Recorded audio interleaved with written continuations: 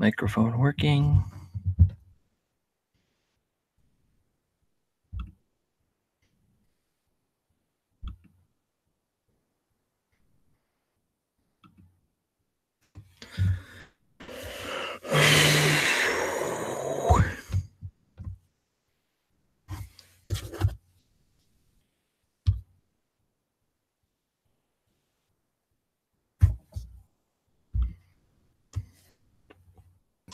Gotta click a lot of buttons.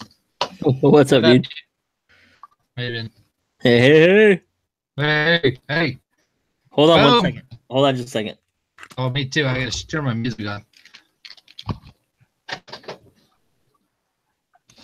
Hey, what's up? Hello. We get to hear Greg's phone call. What up? What up? This is definitely gonna be the last time. I think they're getting out of control down here in the Michigan town. When are you heading out? What day? Heading out March 11th. So in 2 Sundays. Very soon. Very soon. Yeah. So this weekend we did the yard sale. Then the next weekend we pack up the moving truck. We're moving ourselves, and we drive across the country. It's gonna be fun. Is one person driving the moving truck and one person's driving the car? Yeah, we got to bring in 2 cars. Remember Ed? Ed's flying out and driving out. Forgot. Yeah, you said that earlier. I forgot. Yeah. Awesome. I love That's a good Red friend, Bull. man. That's a good friend. He is a that'll good drive you, dude. 'cause Yeah. I would not do that. He's been to Mexico and LA. That's it. And he's excited. We're gonna stop and see the Grand Canyon, that kind of stuff. Yeah. Very cool. I'm getting situated here. True. Getting situated. Yeah. Are you still waking up? Oh, because it's early? What time is it out Not there? early. It's just gonna be a long day. Yeah. These are long days. I hear that. And also because I knew you were leaving soon. My B-side was gonna be best road trip music, but I think we already did that one. I don't remember. And we can all agree it's Tom Petty. So I mean, why even ask? Yeah, that's a good point. You know what I mean? That's a good point. Yeah. Okay, that's it. All right, I do the intro and go second. So that means B, you go first, and then Jason, you pick. I pick? Yeah. All right. I think that's right? I think that's right. I don't know. Now I'm like competitive. I'm like, oh, is Jason gonna pick mine? I don't care though. Yeah, you gotta rethink your list. Oh no, I can barely think of 3 things. Are you kidding me? I was having the same time problem this week too. I only had like barely 3 things. So I know. I even thought, that it's means because we met later last week, but that's not true. We met on Wednesday. I know. So it's been exactly a week, but I think when it's actually harder to think of them when we're busy doing stuff. Yeah. There's probably some sort of spaces. Oh yeah. And here you're. Yeah, that's for sure. Yeah. I got an email. Yeah. Okay, Greg's starting. All right, you guys ready? Yeah, I go third, so I have to think about stuff for a while. I'm always bad at this part because I never know when to jump in because you guys like chit chat and I'm like, okay, here's my next one, and you're still going on the. Yeah, we knowingly speak over one another. It happens. Yeah. All right. But it's unfortunate that you probably have the best opinion of the 3 of us. Oh, I like to think so. No, I think B does. I was just saying timing wise. I'm not saying it's an interruption thing. I just think, I think we're ready to move on, and you guys are like, oh, I have like 5 more thoughts. It's not like you guys talk too much. It's more of like I'm not good at judging when people are done talking. Well, if you wait for Jason to be done, it's not ever going to happen. So you might as well just jump in when you can get in. And it's sort of the same. If you guys just stay quiet, I'm going to keep talking. So that's the. Okay. You have to jump in or like signal us somehow. I don't know. It's hard to do because there you go. That one works. All right, here we go. Hello, everybody. Welcome to This Week in Gratitude. I am Greg, and I'm joined by my friends Jason and Bianca. And we this is Jason. Thanks, Jason. We come together every week and we do funny things like that.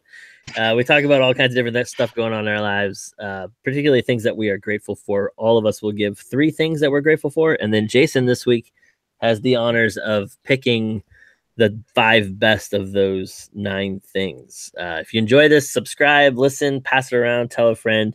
We do it anyway, whether you listen or not. But we prefer it if you listen. I think it's more fun. And then we have more fun conversations outside of the podcast after that. So thanks for joining us today. And we might as well just get things started, right, B?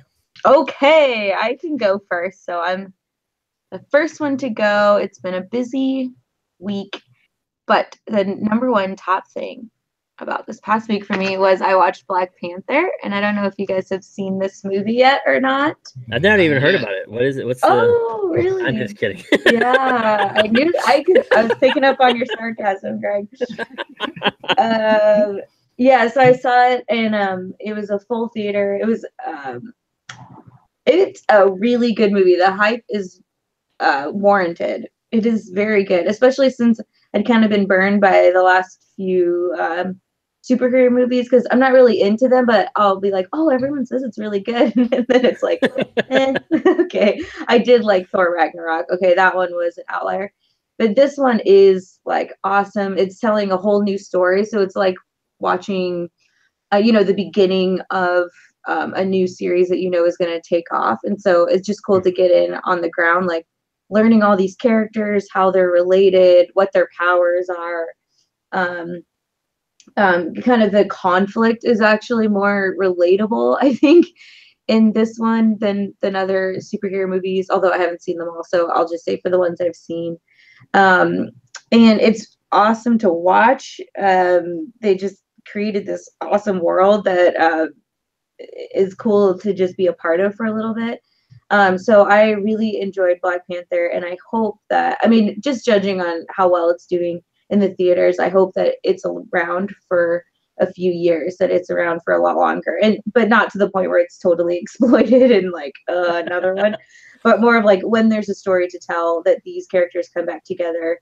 And because I really liked these characters, I want to get to know them. I want to know where they go next. I want to know how they deal with the next conflict together. I'm not super interested in how the other heroes come into the Black Panther world. I know they will, but just this solo thing they got going for their situation, I think was super interesting. And if you haven't seen it, you should definitely go see it in the theater before it goes away. It's not the same probably on your laptop watching this movie. That's it. Nice. Jason, you have not seen it either? I have not. Yeah. And I don't want to ruin your first one. I don't want to but it's interesting. Ever since this last shooting in Florida, and when I'll start with 2 questions. One of them, one to Greg. Where do you draw the line with your kids going to see violence? Like, is fictional? What's that's a good question. I don't know. Do you like in this particular case? Do you do like, since it's Marvel and it's like teaching the overarching like good, like loving the different, and I think accepting those that are different than us and working toward a common good or something. Yeah, all that stuff I hate, but the violence I really enjoy. I know. Do you let your kids see Marvel stuff? Yes, our older kids, okay. Not our younger ones yet. Okay. That's good. That's helpful. I think the second one is maybe to Bianca, because I think I want to hear I don't know. I'm having just trouble, because I like to wrestle and overthink everything, but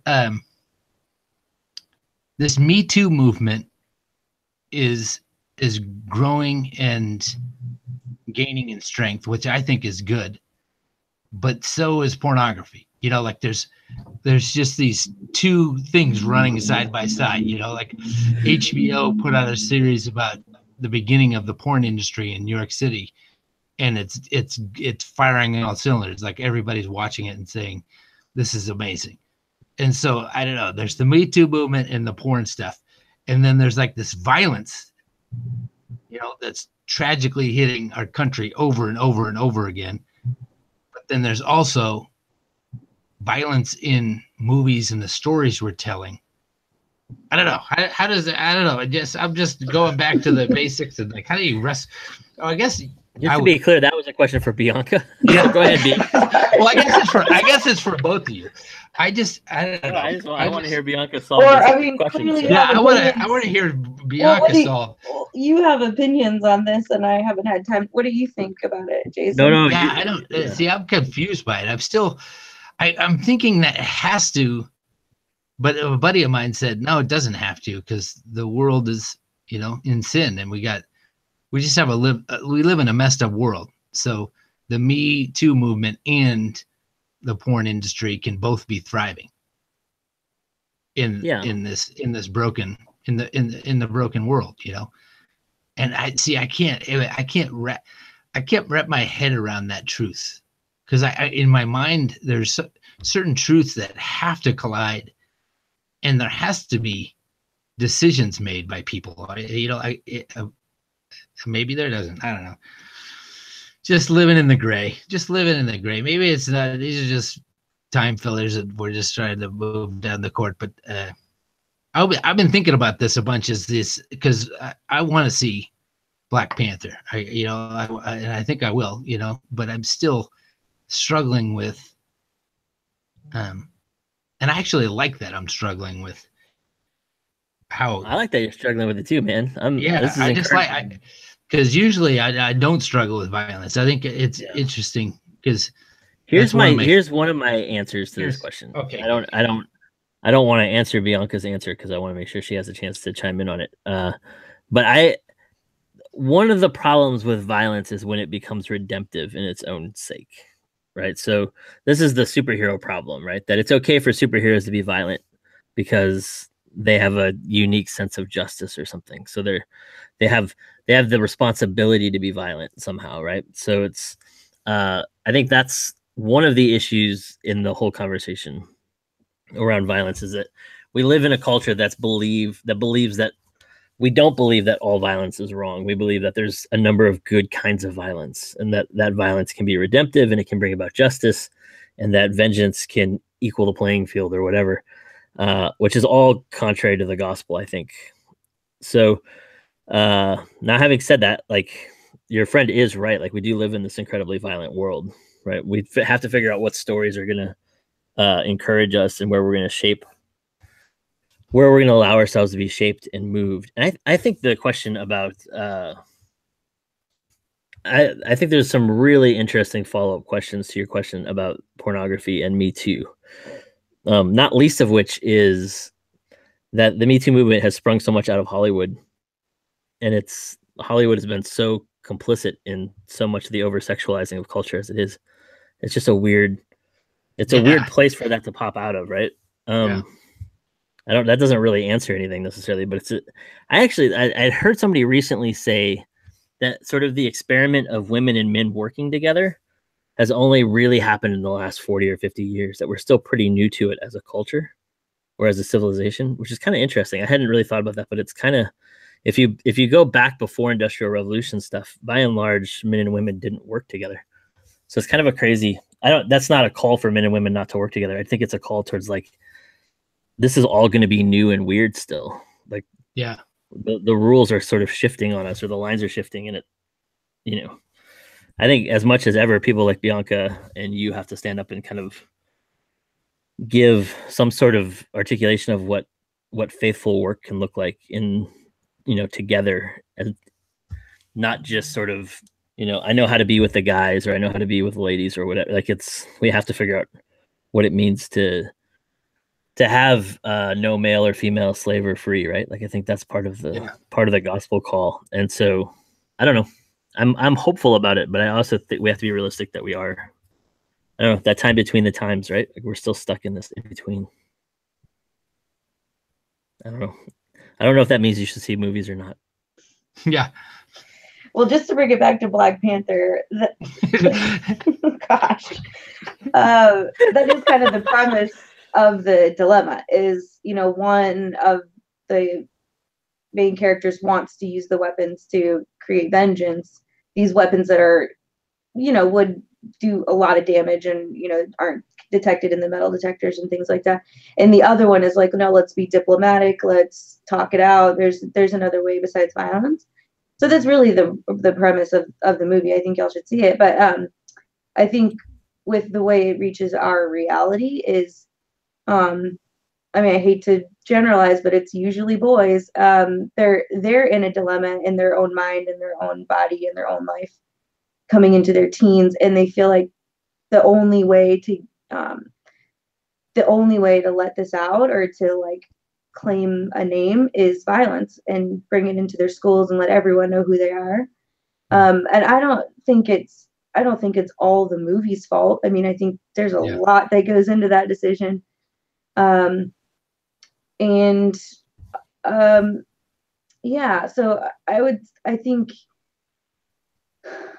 I think a lot of the solutions right now are violent solutions, and I think we do need to address that in the real world. A lot of our solutions require a hammer, and we have a ton of hammers. So I think we need to, I think we do need to look at that as a society, as like a fun movie to go watch, because all movies are violent. This is a good one up there. And it does have good talking points too later. I mean, definitely if you're going to see it with your kids, try it as you're watching it. There are easy follow-up questions you can have with your kids in the car on the way home.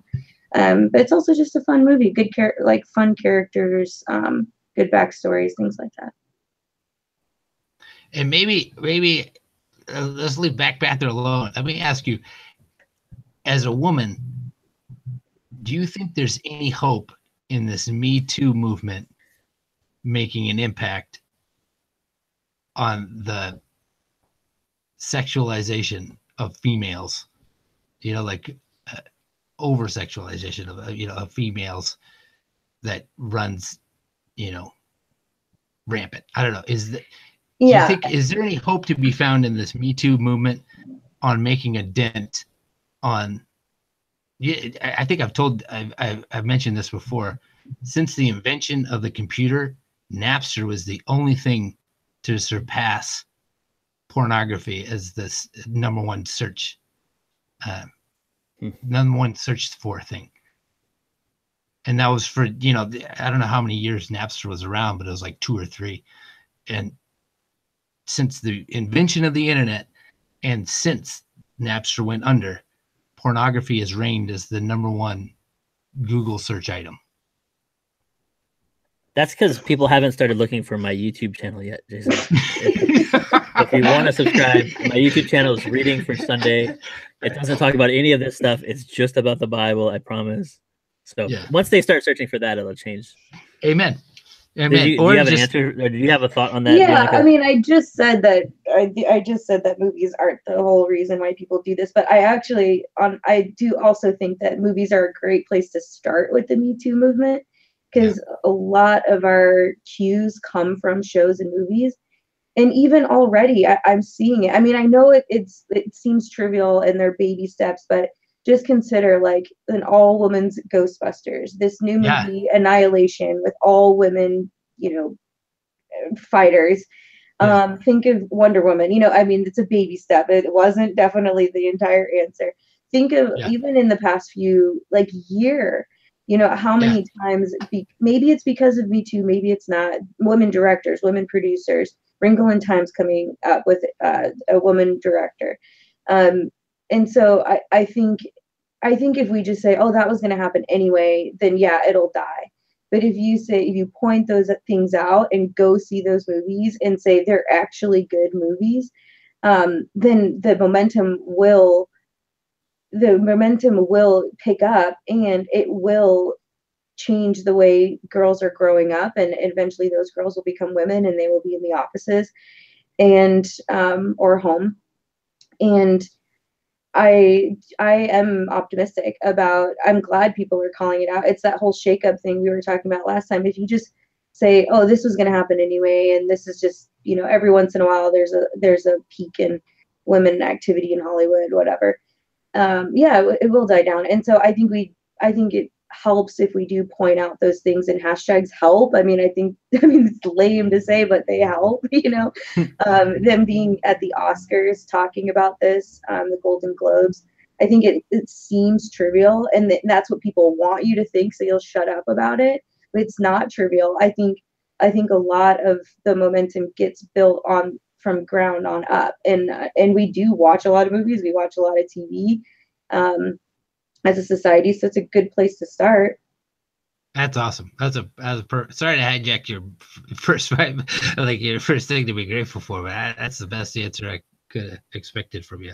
I want some hope. That's neat. Thanks, B. Yeah. But I think I did go. I'm still not sure about how influential movies are. I mean, obviously, go watch Black Panther. It's violent, but it won't make you violent. Go watch, right.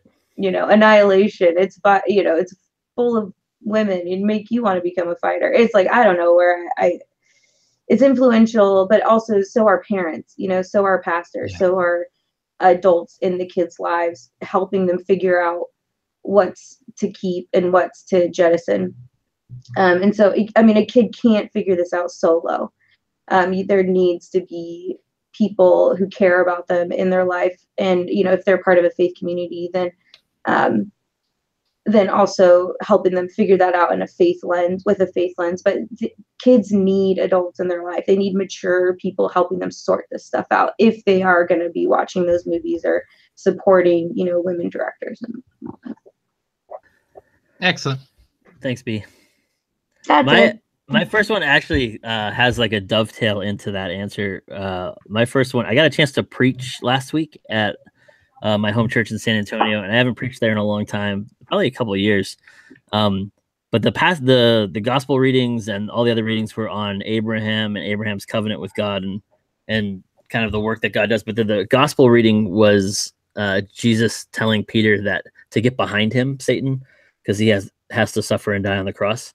And I think sitting with that passage all of last week and sort of reflecting on the reality that God gets what God wants by suffering and dying for it is a helpful, when we talk about violence or we talk about Me Too stuff or we talk about whatever, and essentially when we talk about sort of strength and weakness or power and weakness, I think Christians have to re-embrace that we're a people that are willing to suffer our own loss for the sake of the other.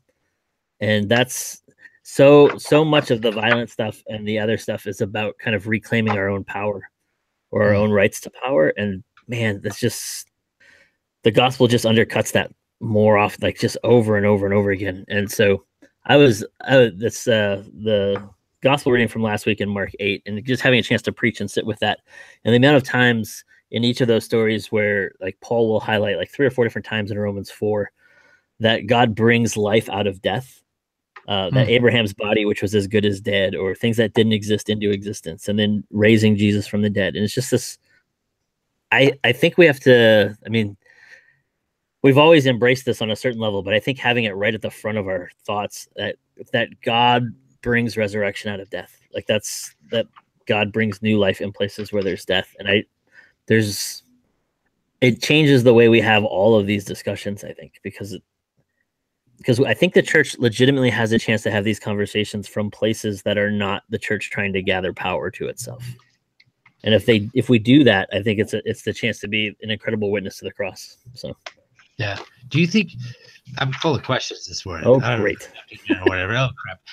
I heard one pastor say, and he's serving at a church in San Antonio, actually, and he said, I have a feeling that the church I'm serving at has to die in its current form in order for it to be resurrected and be effective. Do you agree with that? Like, do you think do you think that churches need to,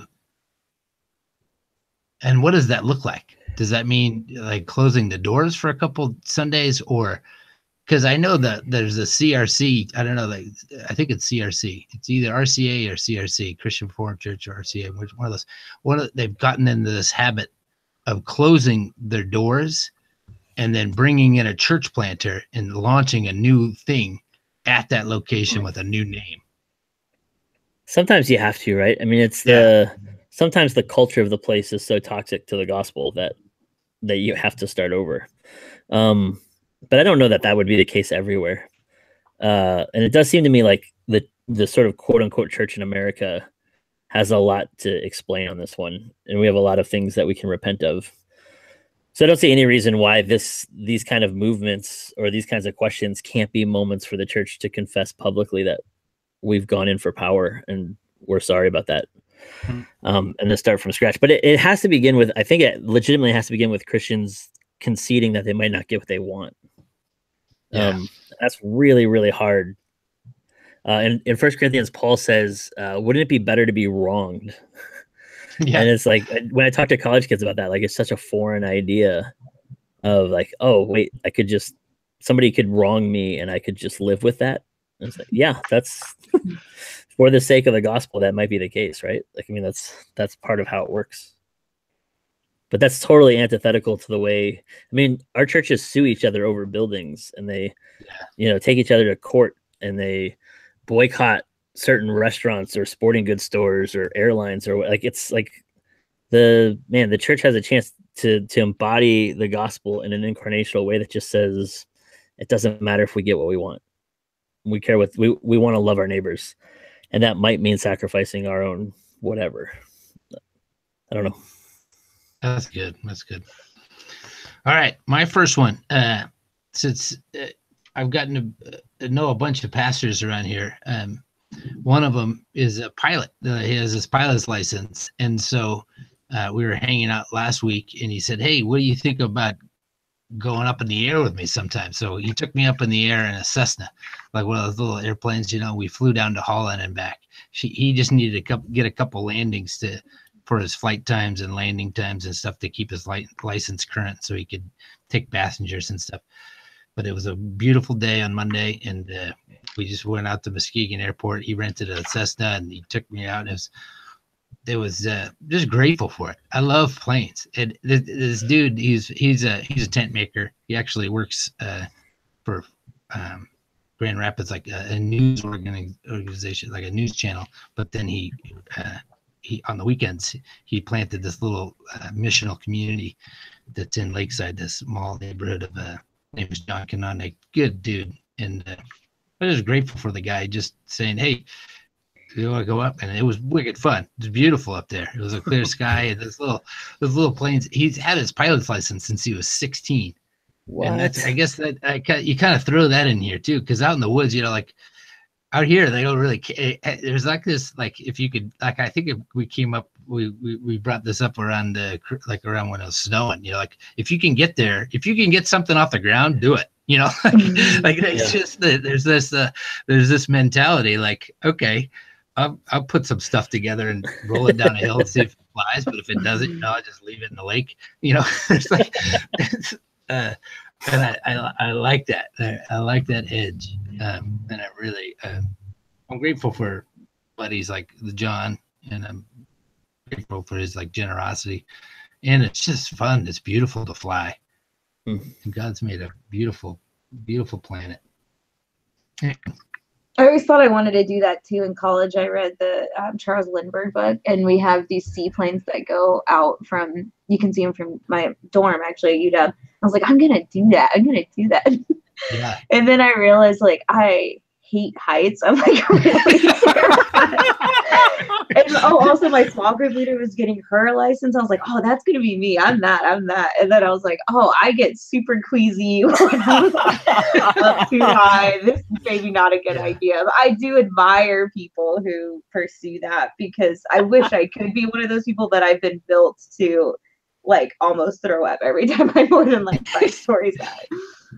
Anyway. So my oldest son Josh, one time we were just riding in the car, and he just casually mentioned, I could be an astronaut when I grow up. And then, like, we all pause, and it's like, I guess. And he goes, I don't really like science or space that much, though. And then you're gonna hate your job. It's like, these seems like things you're gonna want to have to like in order to be a good astronaut, Josh. Yeah, actually, that's where I was getting at. I think because I was studying astronomy. I'm like, oh, if I'm an astronaut, it'd be nice if I had my pilot's license. And I'm like, I sometimes I imagine being out in space, and it makes me thinking about it. Like I can't imagine actually going out there. Okay, good one, Jay. I can go. Is it my turn next? Before you go, I'd just like to make a note. Seaplanes, that's next level. That's bucket list. I want to go. I know. I applied to work there as like the desk person, and then you get a few free flights to Alaska. But I didn't get the job. I want to take one to like an island somewhere for like a vacation. That's Orcas. They go to Orcas. Yeah. Have you either one of you been in a seaplane? No. Maybe that's why I didn't get the job. No, I didn't get the job. Did you guys ever? There used to be a TV show. There used to be a TV show when I was a kid called Tales of the Golden Monkey. Did any of you guys ever see that show? No, but I did watch Tailspin. That's the same thing. Forget my story. It's the same thing. That's essentially the same. I did like Tailspin a lot too. No, I didn't. I've never heard of your show. Yeah. Tales of the Golden Monkey was like this kind of like Indiana Jones ripoff. And a guy, like he was like a pilot who flew these seaplanes and like into these like weird tropical jungle places. It sounds a lot like Tailspin. No, I sounded like I was kidding about that, but it legitimately is a lot like Tailspin. One of the things I loved Tailspin because it was like right at the right age for me for some reason. I appreciated it. Mm-hmm. I did not realize they were Jungle Book characters until like years later. Oh. Because I never watched Jungle Book, so I was like, I didn't know what I was watching, but it was like, oh yeah. And then I saw like on a trivia show. I've never made that connection, and I've seen Jungle Book. I didn't make that connection until right now. Like, you made that connection first. Yeah, you just taught us something, right? They're all characters from the Jungle Book. You just blew my mind. Wow. Sorry, guys. What about DuckTales? Okay. There you go, Tailspin. Oh, write that one down, Jason. I want points for that one later. Where does that go? Like, I don't even know. Here we go. That's gotta be number one. I guess that goes at Bianca's court, right, or something? What? I don't know. Okay, my next one is a TV show, and Jason and Malia actually recommended it, but I don't know if it's made the pod yet. But it used to be called Scrotal Recall, which was a dumb name, and I never wanted to watch it, even though I saw it on Netflix. I saw, the title go by. I was like, no way am I watching that. No way. No way. And then they renamed it to Lovesick, and now it's the best show ever. And I ended up binging 3 seasons, which are only 6 episodes a season because it's BBC. They're English characters. Apparently they're living in Scotland though, but they don't say that. And they're 3 best friends just out of college, and it's like a romantic comedy. It's really funny. It's really thoughtful. The 3rd season gets a little too thoughtful for me. They kind of skimp on the funny parts, but the first 2 seasons are really funny, and I was super into it. And I thank you, Jason, for recommending it. And I'm glad they changed the name. And I hope they come back with this season 4. It's just a really sweet show. If you like that kind of movie and that kind of show. Didn't you do this last week? No, I wanted to, but I Listen, didn't. I've heard about this show only from you, Bianca. No, it was Jason.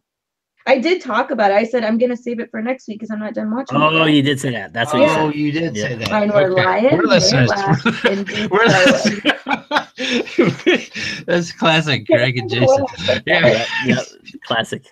No, we're gonna argue with the person who has it written down. Yeah. Yeah. Maybe I actually had 4, like I sometimes do. No. I feel like that's what it was. That's my official one. I won't mention it again until they come out with season 4, which I hope they do. But yeah, and they're English. It's just so cute. That's fun. It was good. It's a really cute show. What's it? Oh man, a cute show. All right. Oh my gosh. It's on Netflix. So when you sign into Netflix, just that's where you'll find it to watch all of the episodes. It's right there. Yeah, it's right there. Oh man. All right. Yeah, we don't need any follow-up on it, especially if we've already talked about it. I've got no follow-up on it. I have no idea what the show is, other than that. Like, I know you mentioned Jason has recommended it, so yeah. I don't think it's been on the podcast before, except for when you mentioned it. So yeah. But maybe I'll look it up. We'll see. I'll have to figure out. I don't think you're like it, but it's for other No. people. Oh, now my dog's barking at something. All right, my number 2 is we just had Diocesan Council, which is like our once a year for a full weekend. You get together with all the different delegates and clergy from all the different churches in our diocese, and it's exhausting and it's long and it's usually really good. And it was really good this time too in a bunch of ways. But my biggest thing about it is that it's over. So that's like that's You're a on huge. this side. Yay. Yeah, so it's off my plate now. I don't have to think about it again for like another 11 months. So that's awesome. And it's good. Like it really is good. It's like a huge family reunion sort of, but it really is one of those like it's just one of the markers in your year where it's like, oh, I got to get through that marker, and this is what that is. And so we're in the post council time of the year, so I'm really excited about that because it just opens up a bunch of other stuff. So anyway, council is done. That's my favorite one, is to be done with council, and I'm catching my breath, and I'm excited about it, and I'm looking forward to what's coming next. But I'm glad council's over. And it's once a year. It's once a year. Every February from like Thursday through Saturday. Done with council. That's kind of a weird one. Yeah, listen. Yes, kind of like, but it's grateful that Rash is gone. I'm grateful this one. Yeah, well, let's see, we have it with like final exams or with whatever, right? Or like your year in review or whatever. You can be grateful when it's over, even if it's still good, right? Like it's like, okay, I'm glad I don't do that again for another year. It's like that. It's like showering or something. You do it like once a year, and then when it's again for another year. Okay, my second one is moving, but I'll like specify more. Just sharing stuff. Like I'm a thing collector. Like I'm kind of a hub. A lot of people, because I'm always like, hey, you want that? Let me have it.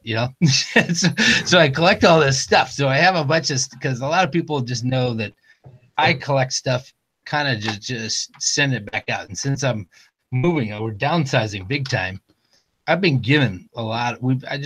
Griffiths has just given a bunch of stuff, and it's just fun to praise God for the people that give us stuff, and then hand it to people that are going to use it or experience it and love it more. It's just, it's neat. It's been, this is probably my best. This is the most fun I've had in that process of the moves that we made around. So are Elsie and Zeke the same way? Are they learning how to be that way? It's a little harder. It's because I'm just getting there. I'm 43. I have a hard time. And this is probably more it. This is probably what I'm grateful for. It's just that as I'm getting older, as I've crossed some threshold where I'm starting to just be grateful for things and not associate them with the memories and the people that gave them to me, and just have the realization when I give this away, it doesn't mean I don't like the person that gave this to me. I can still be grateful for them. I can still love them as much as I love them. They're not in the things, Mm-hmm. So probably that lesson is probably the thing I'm grateful for, because it's a long time coming, but it's a really cool one to be learning. I feel like you've been this way for a while, though. I mean, back in San Antonio, you would buy mounds of dollar CDs just to maybe listen to them once and then give them away. I mean, this is like part of your personality. I don't think, maybe you've grown into it in a different way, but yeah, because CDs, I was the first to make that step in, because now it's a medium that most people just throw them away. They're like worthless. So I just keep picking them up and just giving them out to people, just because I'm like, this is an amazing CD. You can't just throw this thing away.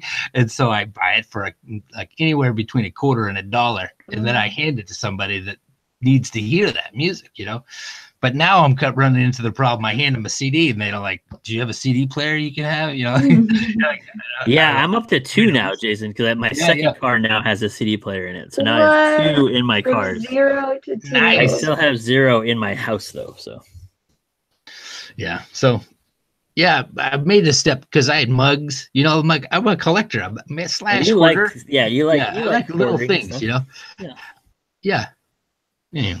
Yeah, that's good. Giving this stuff it's been fun. Like we were given a bunch of furniture, and there's a yard sale coming up Friday and Saturday of this week, and we were just moving stuff around. This couple stopped by our house, just driving by.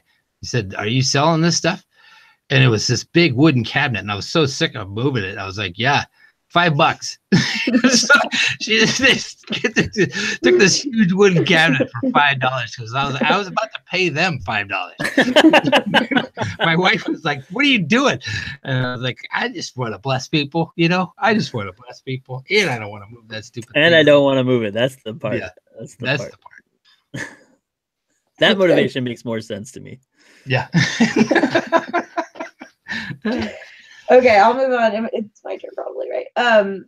So this last one is a department. I think I've talked about them before actually, but we have a department here at University Presbyterian Church that it's called Side by Side, and they reach out to families who are at Seattle Children's Hospital. So not necessarily people who go to our church, but all the families have at least one seriously ill child. And they host a week-long camp in the summer that usually I go for a day. And then they've started a new thing where they host a camp over a weekend in February called Winter Weekend. And I've never been able to go. I think this is their 4th year. And this year I was able to go for one day for a few hours and help with one of their booths that they were doing for their carnival.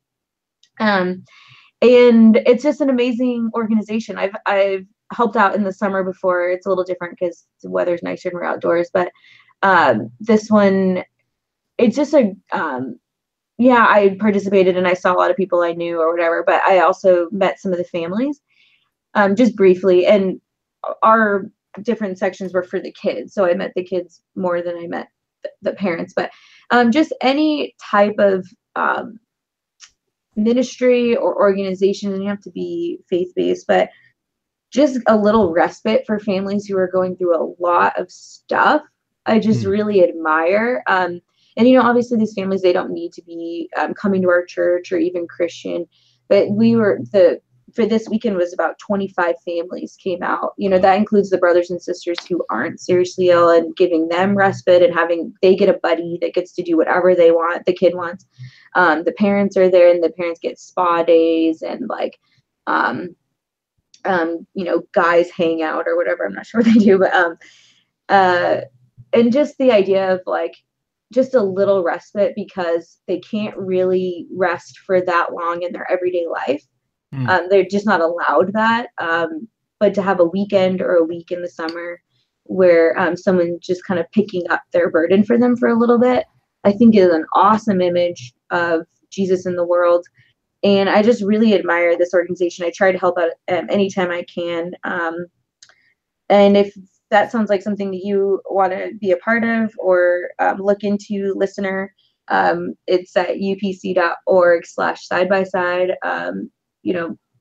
Either monetary or even just things that you want to send, or maybe you want to volunteer, become a buddy, or look into doing something like that, but in the community you're in.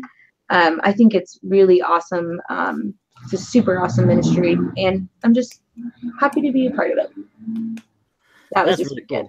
Yeah. That is really cool. That sounds like an awesome ministry too. That's I like that one. I do too. It reminds me of, have you ever had Greg Howe? Have you ever heard that guy from International Justice Mission? His main sermon, or his main his shtick, or his main push is we can't tell them the gospel until we've held the hand of the oppressor and freed them first. And the International Justice Mission, they're fighting against human trafficking, and I think it's so cool when the church intentionally takes that extra step, because I think so many people can't hear the gospel until they've given some rest. I can't hear that you're loved by God until you're not being screamed at and screaming at one another and being in the middle of just pain and misery and stuff. That's awesome. Yeah. Okay. Yeah. I love that one. That one's really cool. Yeah, and I'm glad you finally got to go to it in the winter. That's kind of fun. Yeah, and it's on Bainbridge Island, which is where I'm from. So probably should have gotten out there a lot earlier, but it's not always on an ideal weekend. Yeah. For me. This one comes up every once in a while, but this is my third one again, is every once in a while in the kind of work that we get to do, that you just get blessed by the people you're working with so much that it's that's one of those things that just it's hard to really articulate entirely. But I work with college students all the time, and I have my oldest son is 17 or almost 17. He'll be 17 in 2 weeks. And he loves playing soccer, and he's a very good soccer player. And just through connections that we have at different campuses doing campus ministry, I've got 3 or 4 student leaders that are really good soccer players. And they've just in this last week or so, they've started to all meet on Sunday nights together and play for like 2 hours. Oh, cool. And they let my kid come along, and that's pretty cool. So that's been really fun to watch, that kind of developing friendship between my son and the people and the students that I work with and care about, and spend my days trying to lead and all of that. It's just, I don't know. So shout out to Tristan, Manny, Jorge. Those guys are great. And it's fun when they like help him with his math homework too, but it's also fun when they just have fun together. So you guys have seen that, I know, in different scenarios and different settings, but when it's your kids, it's really cool. Like when they just kind of embrace your kids, it makes your work seem to matter more for some reason. I don't know that it actually does, right? Like like intellectually, I know it matters the same amount or whatever, but it's when you see your kids start to benefit from it, it's also like, oh man, this is the way the kingdom's supposed to work. I think like it's supposed to have these ripple effects like this, right? So anyway, that one's fresh on my mind this week, and I really appreciate it. I'm grateful for those students. So that's awesome. And that's I think that one, you kind of jacked that one from me. That was kind of be my third song, but I'll come up with it. But that's kind of the underpinning of this week of gratitude. I don't know. That's where and as I've been moving, it doesn't stop up here in Muskegon. I mean, I shout out to Cork and his wife Sue, and a shout out to Ernie, and so many people just love my kids, and that is I think I have a suspicion that it does matter more. I don't know. It's just something. I don't know. I echo that same exact sentiment that you ended on. Somehow it seems to be one of the most valuable things I've come across in my life. Like not, it's just huge. It's just gargantuan when someone who isn't blood related to you loves your children like they're blood related to them. It's next level church. I think you're right. I think it's the snapshot. I think since you jacked that one, I'll just throw one out there that is to kind of a periphery. I've started to do Christian yoga. As I'm leaving, we do Christian yoga. There's this woman that leads this Christian yoga, and it's mainly elderly women that are in this class along with me. But the woman that I have an image of you sitting in a chair. Do you remember like the PBS show where they all sit on like a folding chair, and then we don't sit on folding chairs. We sit on those little cushion, those chairs. So we do eagle and the victory pose and all that stuff. That's awesome. Yeah, and I this woman that leads it just knows scripture, and it's awesome. Like you're doing these little stretches, and I'm not very limber, and I'm actually extremely sore because I've just done it 2 weeks in a row. I'm like, it's a shock to my body. Like I don't know, I could barely open doors. I don't know. That's how unflexible I am. But it's really neat, and it's mainly this woman named Lisa that leads the class that I'm grateful for. Just that she's gone through some deep valley. She lost her son to some, I think, form of cancer about 4 years ago, and she found this Christian yoga in the midst of that valley, and it's been just her avenue to back to Christ and back to walking with Christians. And so it's just neat that she leads this class, and she's good at yoga and stuff like that. But I love that she just reads scripture, and she spouts out scripture, and so you're doing these stretches, and it's very therapeutic, because I went through the last time I did like kind of anything close to yoga was physical therapy after I broke my femur, you know. So it brings me back to like coming back after that surgery, and the pain and the misery mixed with the hope of one day walking again like normal. And so it's just been cool. I'm grateful for the Christian yoga that hangs out at McGrath. I don't know if I'll try and find a Christian yoga in California. It'd probably be a different ball game. Do you remember Stephanie was always trying to get me to go to yoga? Hot I remember yoga. Kellen Yoga. was like, Kellen wear my loved yoga yoga, pants. man. I could eat that. I could do your diet.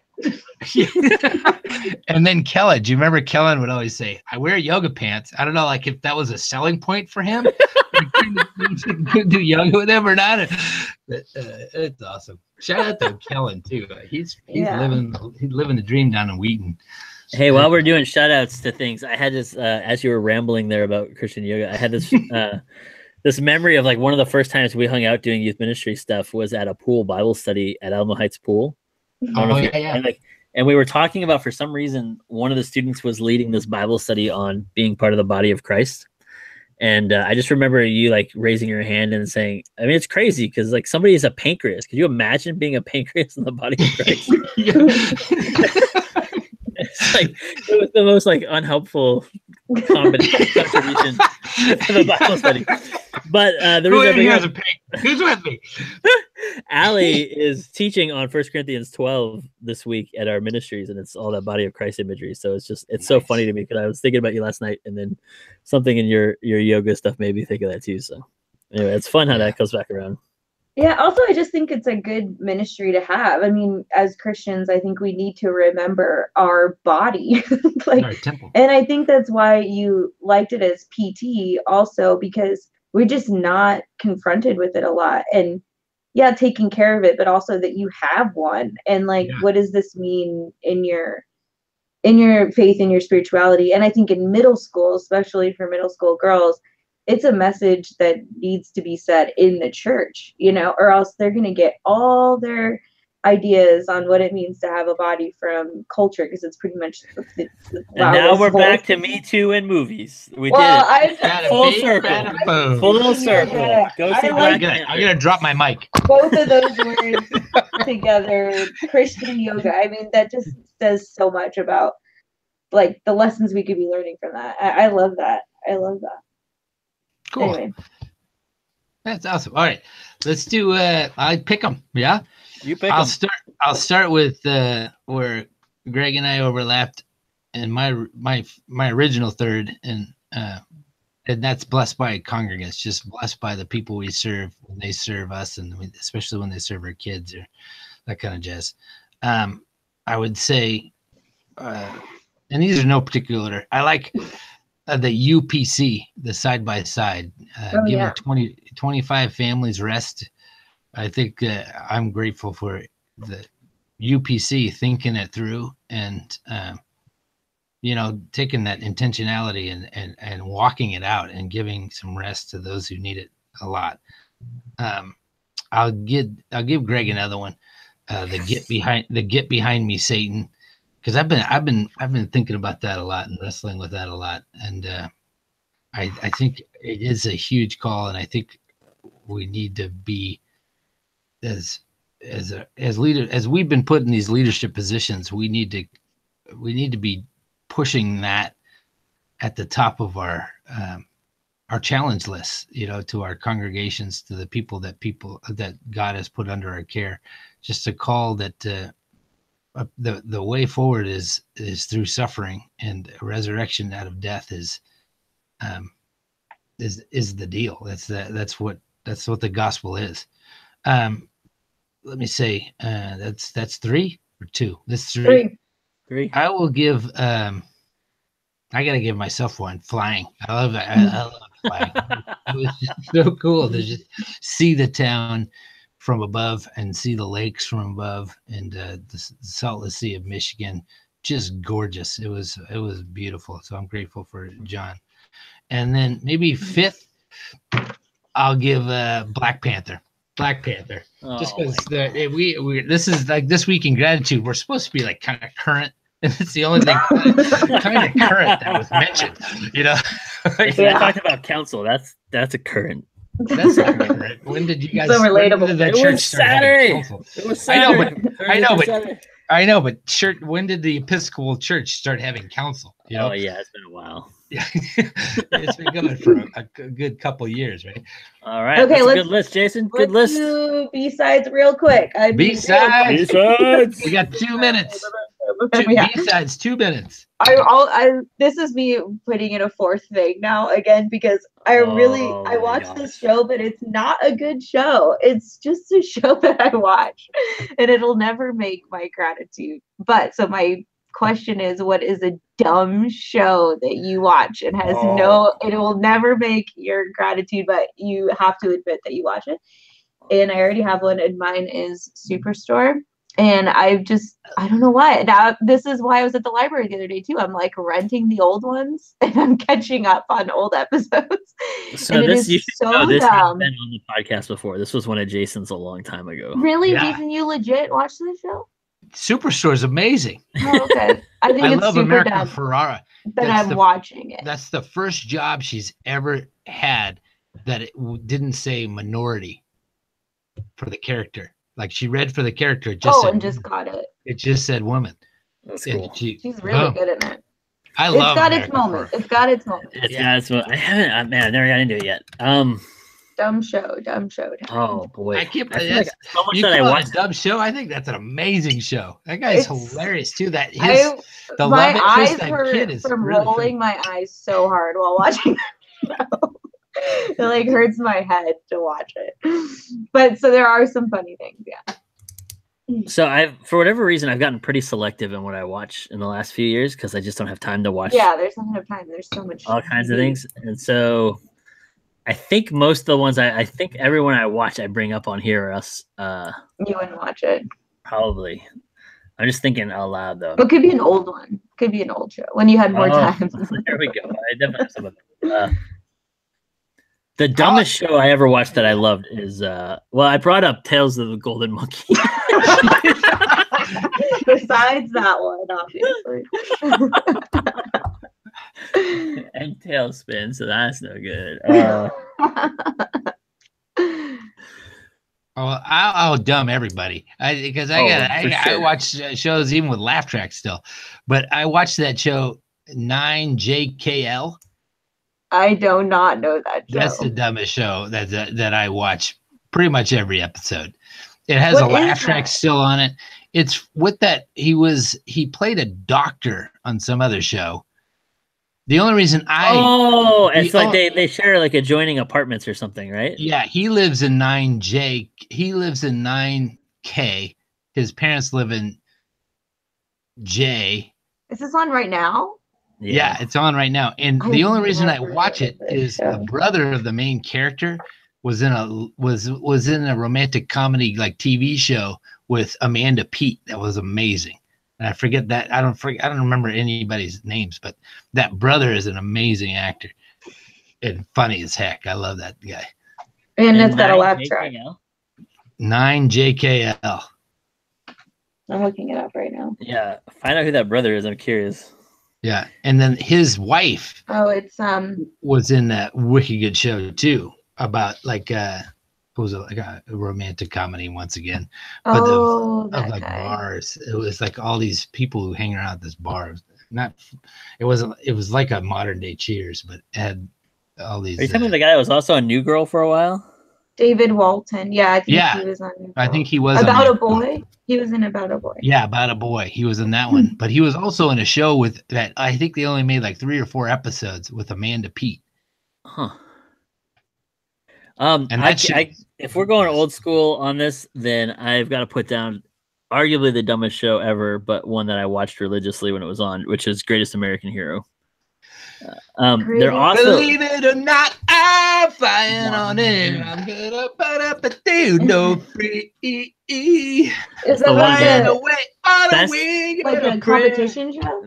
best theme song of all Yeah. time.